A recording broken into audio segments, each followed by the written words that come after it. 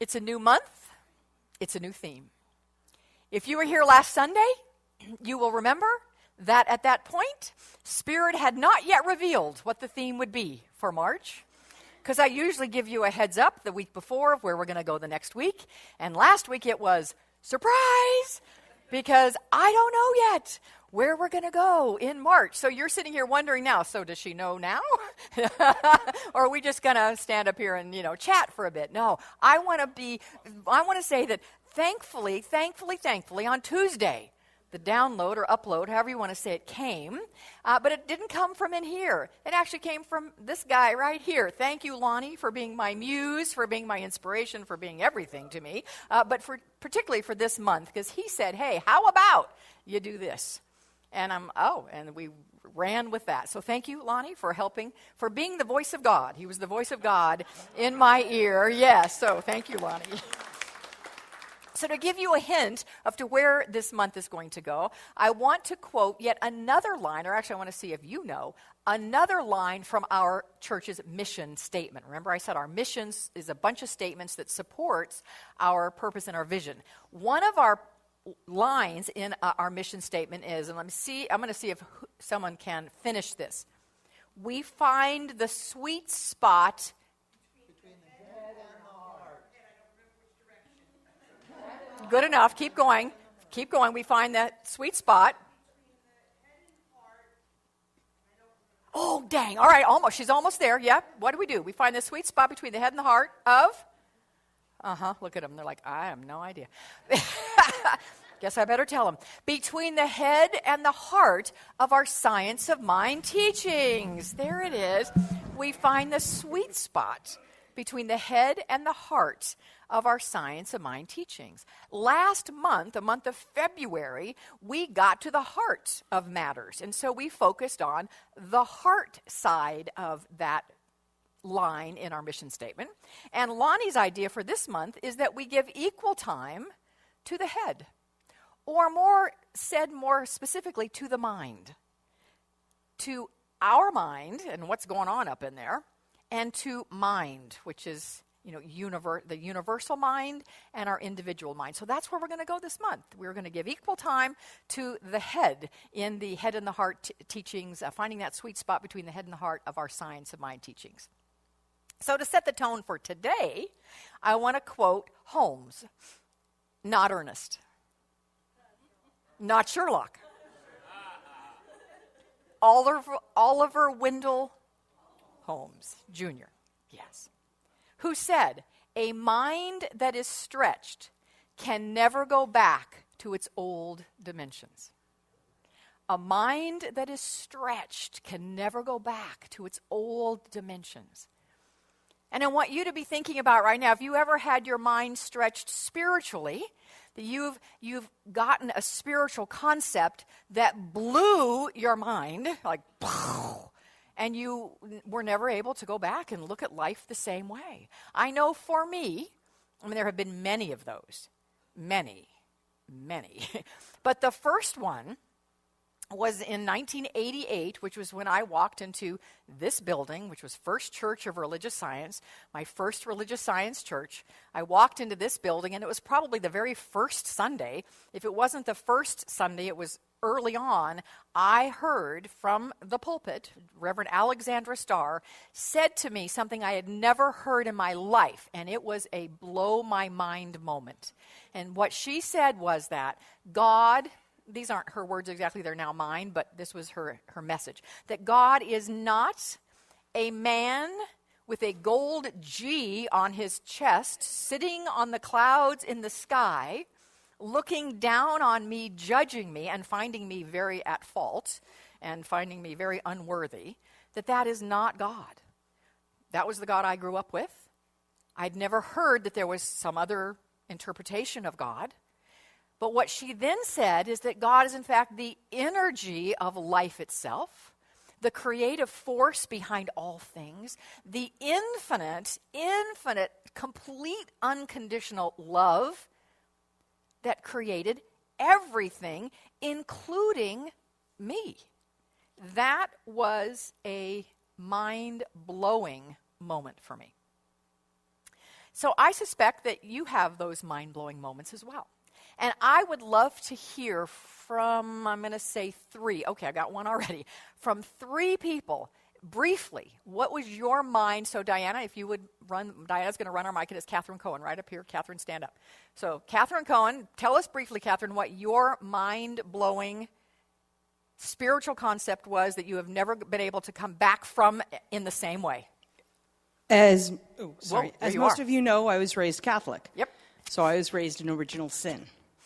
And it was within the first few weeks of me coming here that you said we were raised in original grace.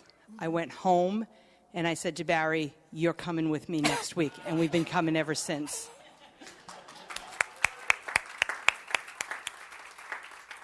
That was a mind-blowing experience. Betty Peterson, I see Betty right up here. Here it comes, Betty. Your mind-blowing spiritual concept.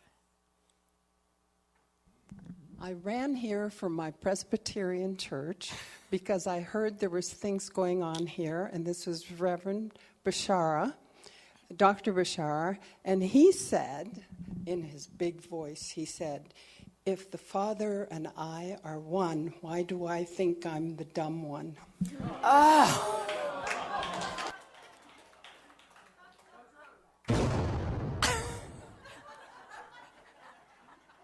I gotta turn these lights off so you can see that better. All right, who's our third person? I see Freedom's hand up here. Okay, I see Freedom.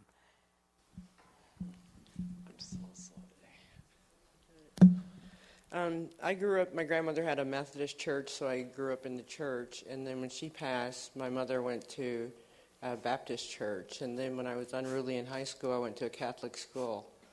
And then I dated a Jehovah's Witness female. Woo! Look at me.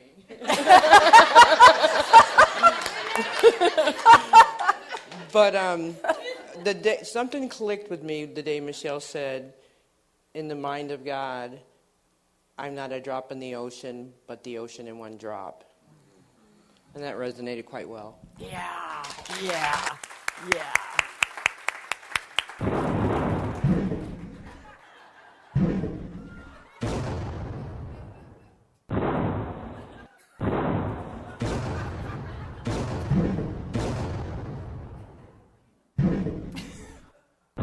This is what happens here. Okay, maybe not literally. But I want us today to have our minds blown. All right? Okay, so I don't want purple dust all over the place. But we're going to have our minds stretched. We're going to have our minds blown a bit today. And you said you were up for it. I asked you earlier, and you said yes. So here we go. We got some important work to do today. I want to go back to the passage in our Science of Mind textbook that I shared at the beginning. I don't usually go back and refer to it, but I want to unpack that passage. And I want to add a line that I did not read that follows what I did read. And I didn't want to read it because I didn't want you in your meditation and during the gong wash to be upset about the line and wondering what the heck it meant. I wanted us to be able to talk about it. But first, what I did read.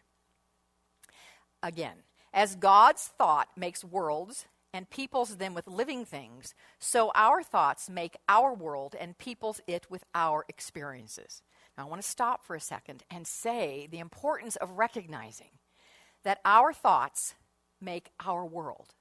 My individual thoughts make my individual world. Our collective thoughts, and whether it's collective in this room right here, collective in our Arizona, collective in our nation, we're going to go there today, collective in our world, the collective thought creates our world. Very important point I want you to get. By the activity of our thought, things come into our life, individually and collectively, and we are limited only because we have not known the truth. Capital T, truth. So That's a mind-blowing concept, which might not be new to you, but for me, this was another one of those that my head blew off when I got that. And I love, Freebo, you said it. You were blaming everybody else. It's everybody else's fault that you weren't expressing yourself fully, or you had this discontent in you. Everybody else. I blamed everybody else too, until I realized when I came into a Science of Mind church that I create my reality. I create my reality. Yes, Leonard. Oh, thank you for that. It's on page 295. Thank you for asking me. 295. Dr. Leonard is my mentor. Yes, so I have to, if he raises his hand, our mentor, okay, I love it. I love Catherine says our mentor, co-founding minister of our church. Yes, and yes. So if he raises his hand in a service, I will pay attention to it. The rest of you, I'm not going to necessarily pay attention. But if he does, well, no, I'm kidding. I pay attention to all of you. All right, so could be a mind-blowing truth that we, in fact, create our reality.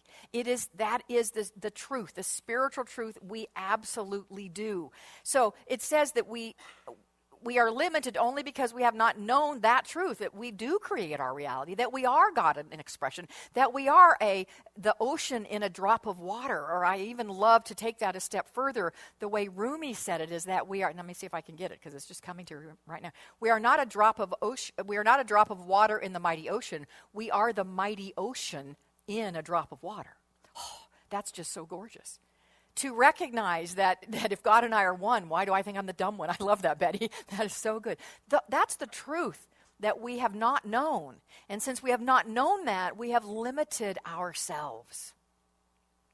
Continuing on that passage on page 295, Ernest says, we have thought that outside things controlled us, when all the time we have had that within which could have changed everything and given us freedom from bondage. Jesus said that as well. You may recognize the passage at John 8:32. He said, you shall know the truth, and the truth will what? Set you free. You shall know the truth, and the truth shall set you free. Know the truth that your word, that your thoughts, that your mind creates your reality. I do love I think it was David Owen Ritz, the Reverend David Owen Ritz, a Science of Mind minister who, in Sarasota, Florida, yes, absolutely. He once said, and I'm going to quote him directly, okay, this is a direct quote. So he was speaking to, ye shall know the truth, and the truth shall set you free. And then he said, but at first it's going to really piss you off. Quote, unquote. That was a quote, unquote, right? Because we don't want to think that it's our responsibility, that it's our creation. It's everybody else. It's our responsibility. So now here's the next sentence that I did not share in our opening passage. And this is Ernest getting in our face a little bit. Ernest says, we automatically attract to ourselves just what we think we are. And we may set it down that wherever we are, however intolerable the situation may be, we are just where we belong. Ugh. What? Ouch. Cold, cruel, mean. Is it? I don't think so. What he is saying there is we create our reality. And we create the reality so that we are exactly where we need to be, even if it's uncomfortable, he says intolerable, for the expansion of our soul. Because this is why we create whatever reality we've created. It is so that we might expand into knowing who and whose we are. So that we might let go of the fears that have kept the brake on expressing who we're supposed to be here in this earth. So that we might be a bigger light for spirit in this world. So that we might have a place from which we can now teach and share to others. This is why we put ourselves in what seems to be sometimes intolerable situations. This is why does that make sense? This is why it is exactly where we need to be, is what Ernest is saying. So it's not because Spirit is cruel. It is not because we deserve it. It is not because it's God's will that we suffer. None of that. It is because our soul created it so that we have the opportunity. We may not take the opportunity. We may just suffer. Anybody ever just been in the suffering? I have been, not taken the opportunity. And then we may get over that intolerable situation and be okay for a little while, but then boom, something else hits because we haven't taken the moment to look at what is that really, or be open to hearing. We don't have to dig and search, but just be open to what is the expansive growth that is wanting to happen in me and through me because of this situation. A child once defined gravity, I love this, defined gravity as God at the center of the earth who keeps people right side up when their whole world is upside down. Yeah. Gravity is God at the center of the earth who keeps people right side up when their world is upside down. Sometimes our world feels upside down, but God is at the center. Right there at the center, holding us all, keeping us in a container of love, always and in all ways. So no matter what might be going on that we have created, but forget sometimes that we've done that, no matter what might be going on that doesn't look like God's at the center of it, what we can know, and here's another mind-blowing idea, that God's peace and love and harmony and abundance and joy and wholeness are at the center of it. And the more we know that and see that, the more we call it out. The quicker we call it out. I want to read this. I got this. I keep a file. I keep files on my computer of things that I hear or read or see that relate to topics that I might talk about sometime, and then I go look at that when I'm preparing a talk, and I don't know where this came from. I don't know if it came from a book, if somebody said it. I don't know, but I love it, and I tweaked it a bit. But I want to read. Of course, I did, because that's what I do. Surprise, surprise. But I want to read this to you because I want to get it right, and I want you to hear it. If only God, the changeless God, is always there, then we can walk through these moments, even the intolerable ones, with peace, knowing that they of themselves are nothing. They, meaning the steps our feet found hard to take, the things our faith found hard to meet. If we would but see it,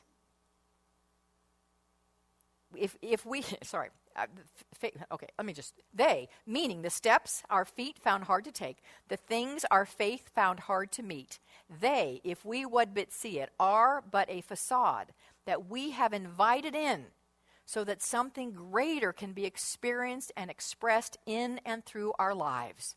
Did you get that? Even as I mumbled through it, individually and collectively. We know, we talk about this a lot, that often before the breakthrough, before the big breakthrough, there comes a what? A breakdown. The breakdown happens before the big breakthrough. And the bigger the breakthrough, sometimes the bigger the breakdown. It doesn't have to be that way. It isn't always that way, but sometimes it is. And so if you are in a breakdown individually, or if we think right now collectively as a nation we're in a breakdown, and I think a lot of us might look at the facts, the world of form, and say we're in a massive breakdown. We're going to get to that in a minute. What we know is that we are poised and ready for a breakthrough. If we stay in a certain place in our minds. If we stay in a certain place. I love this author and futurist Barbara Marx Hubbard talks about challenges and problems as being evolutionary drivers that evolve us as human beings individually and as human beings collectively. And Abraham Hicks, I know many of you follow Abraham Hicks, says that today, in our world today, we are standing on the threshold of transformation. Those are the words. I was listening to a video this week. We are standing on the threshold of transformation. So the question is, what do we individually, what do you do about this? What do we do about this? Well, I want to give you the answer to that in a little story. It's a little story of a man who's getting older and older and older, and he's decided he has to decide which of his 3 children adult children, he's going to leave his business to. And he had a manufacturing business in a big warehouse where he stored all of the things he manufactured. And so he decided to give his children a challenge, and the one who met the challenge in the best way would be the one who would receive the business. And so he said, I want you, in the least expensive way, to fill my entire warehouse. That's the job. Fill the entire warehouse in the least expensive way you can think of. Child number 1 thought, I'll load up sand. And he figured out how much sand would be required to fill the warehouse, and he calculated out how much it would cost, and it wasn't that much. And he brought the figures to his dad and said, this, Dad, is how much sand it would take and how much it would cost to fill the warehouse. His dad said, oh, that's pretty good. Not bad. What about you, child number 2? Child number 2 decided to fill it with those little foamy peanuts. A lot less expensive. A lot less expensive. And the dad thought, oh, well, nobody can beat that. I mean, that's amazing. And those peanuts, they're pretty big. They'll fill that space. That's it. But child number 3, just for the heck of it, what have you got? Child number 3, oh, I like that air. That's not it. Held up a lit candle. A lit candle to fill the room with light. Your job, my friends, is to fill the room with light. That's a good challenge, Amy says. Yeah. To fill our world with light. That is our job. We can do this by realizing the words from Course in Miracles. It says, nothing real can be threatened. Nothing unreal exists. Herein lies the peace of God. Nothing real can be threatened. Nothing unreal exists. Therein lies the peace of God. When we know that, we can light up a room instantly. I want to give you another Ernest Holmes quote from the same chapter that we were in already, and this is page 301, Leonard. Page 301, and anybody else who wants to know the page number. Remember, God is the silent power behind all things, always ready to pour into our experience that which we need. Same theme here, right? We must have a receptive and positive faith in the evidence of things not seen with the physical eye, but which are eternal in the heavens. All is mind. That was a capital M, meaning all is God. All is mind. And we must provide a receptive avenue for it as it passes out through us into the outer expression of our affairs. This next line is in italics, which means he wants you to pay attention. If we allow the world's opinion to control our thinking, then that will be our demonstration. If we allow the world's opinion, if we allow the news, he didn't write that, I said that, to control our thinking, then that will be our demonstration. If, on the other hand, we rise superior to the world, we shall create a new pattern. And by superior, he doesn't mean better than. He means superior thinking, higher level thinking. So we're going to have a chance to do that in just a minute. But before that, I want to just give you a little illustration of something, of how things are not always as they seem on the surface. The things that we look at aren't always what they appear to be. Remember, because it's always unfolding for our transformation and our highest good, even though it looks yucky. And the news today looks pretty dark and scary. And I know many of us are concerned about that and worried about where are we going as a nation, as all of that. We're worried and concerned about that. I get it. We're going to do something about it in a minute. But I want to just give you a little example of how things are not necessarily always as they seem on the surface. So, it is time to elect a new world leader. And there are 3 candidates, and your vote is going to count. I'm going to give you some information about each candidate, and then you're going to tell me which one you want to vote for. Candidate A associates with crooked politicians and consults with astrologers. He has 2 mistresses. He also chain smokes and drinks 8 to 10 martinis a day. That's candidate number 1. Amen to him, right? Okay, good. That was candidate A. Candidate B was kicked out of office twice, sleeps until noon, used opium in college, and drinks a quart of whiskey every evening. This is candidate B. Candidate C is a decorated war hero. He's a vegetarian, doesn't smoke, doesn't drink other than an occasional beer, and has not had any extramarital affairs. Which of these candidates do you suppose would be the best choice? Right, yeah, you know there's a trick to this, don't you? Right, right. We're all thinking, well, duh, candidate C, of course. Well, let me tell you who these people are. They're real people. They're real people. Candidate A, this is the one who associates with crooked politicians, consults with astrologists, has 2 mistresses, and chain smokes, drinks 8 to 10 martinis a day, is Franklin Delano Roosevelt. Candidate number 2 was kicked out of office twice, sleeps until noon, used opium in college, drinks a quart of whiskey every evening, is Winston Churchill. Candidate C, our decorated war hero, who's a vegetarian, doesn't smoke, drinks an occasional beer, and hasn't had any extramarital affairs, is Adolf Hitler. Things are not always as they seem. Things are not always as they seem. There you go.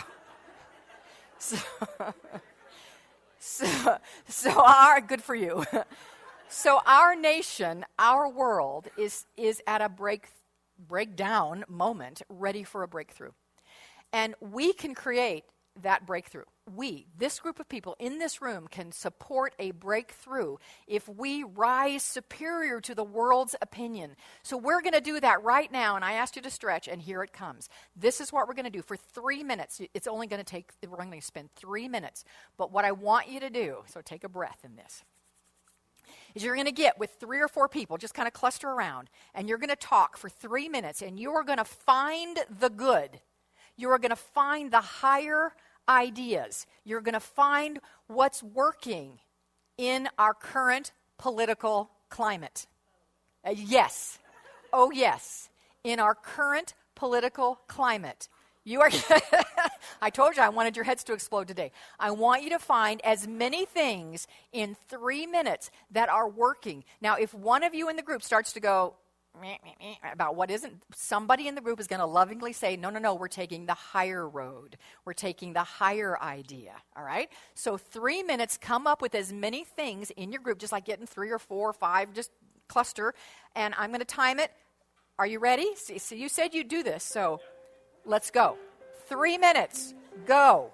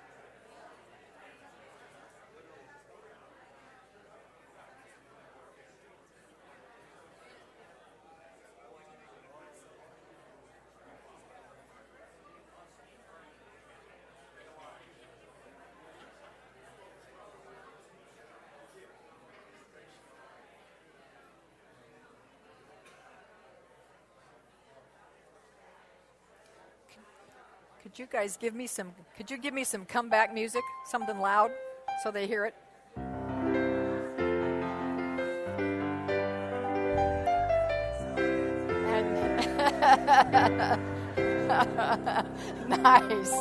Nice.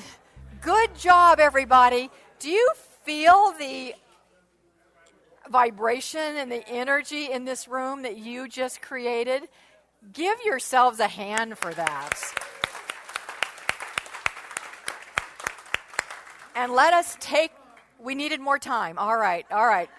Come to second service, I'll talk less and give you 5 minutes. How's that? All right, but what we're going to do now is take this energy and bring it into prayer. And anchor everything that's been said here. I don't know what was said, but I got little glimpses and I heard beautiful words. So we take all of this that has been said, and we simply know that in the presence and the power of God, which is all there is, and is love and life and harmony and joy, and I am that and we are that individually and collectively, that everything that was spoken here today has activated the perfect law to bring about that which was said through us, individually and collectively, as a nation. This is our moment to shine. This is the moment to break through old beliefs, old ways of doing things, into higher ways of connection and love and care and community. So I am so grateful for all that happened in this room. I am so grateful for all of the ideas and for the energy that was created that now flows out of these walls, flows over the city of Phoenix, flows over the state of Arizona, flows over our nation, makes it all the way to Washington, D.C. I am grateful for this. I call it good. Oh, so very, very good. And with that, I release these words into the perfect law. I let them go. I let it be. And in the words of the master teacher Jesus, I seal this prayer in faith, in truth, and in trust. And so it is.